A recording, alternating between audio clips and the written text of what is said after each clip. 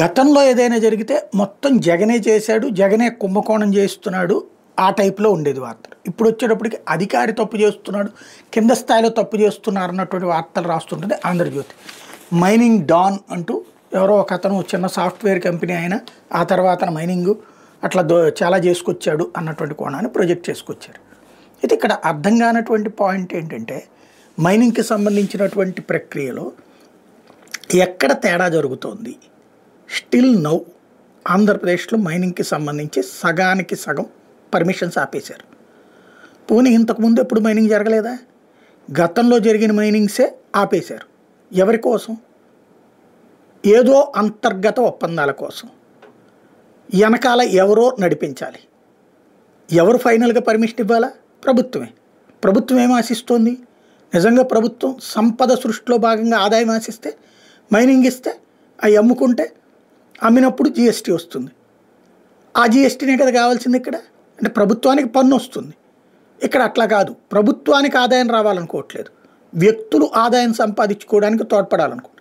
దానికోసం ఆవురావురమంటూ ఉండేటటువంటి వ్యాపారస్తుల్ని ఇబ్బంది పెట్టి, త్రవ్వకందారుల్ని ఇబ్బంది పెట్టి, దాదాపుగా 50-60 వేల మంది కార్మికులు ఊరు విడిచి వెళ్ళిపోయారంటే, పని లేక వెళ్ళిపోయారంటే, 50-60 వేల కుటుంబాలు ఊరొదిలి వెళ్ళిపోయినాయి అంటే అర్థం ఏంటి?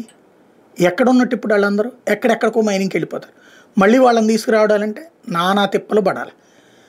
ఇక్కడ ఎందుకు ఆపుతున్నారు అంటే, మీకు పర్మిషన్ ఉంది, మీరు ఆడికి ఇచ్చేయండి, లేకపోతే అవతల వాళ్ళకి ఇచ్చేయండి, మేము చెప్పిన వాళ్ళకి ఇచ్చేయండి. ఈ తరహా నడుస్తుందని ఆంధ్రజ్యోతి రాస్తుంది. వాళ్ళు చెప్పిన వాళ్ళకి ఏమంటున్నారు అన్నటువంటి. మరి ఇది యాక్చువల్గా అయితే ఏమంటారు దీన్ని?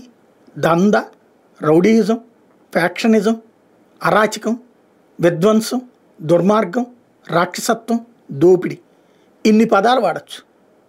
తీసుకెళ్ళి లోపల వేయచ్చు, అవసరమైతే కాల్చి అవతల పడేయచ్చు. కానీ అట్లా చేస్తున్నామా? లేదు.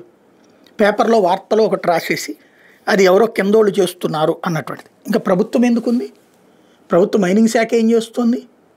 ప్రభుత్వానికి సంబంధించినటువంటి ముఖ్యమంత్రి గారు ఏం చేస్తున్నారు?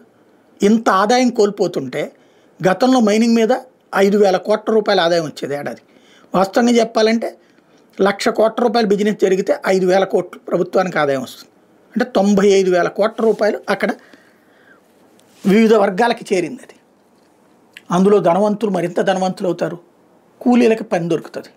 ఇక్కడ అట్లాంటిది ఏదన్నా ఇంత నష్టం అవుతుంది కదా. అసలు ఆలోచిస్తున్నామా మనం?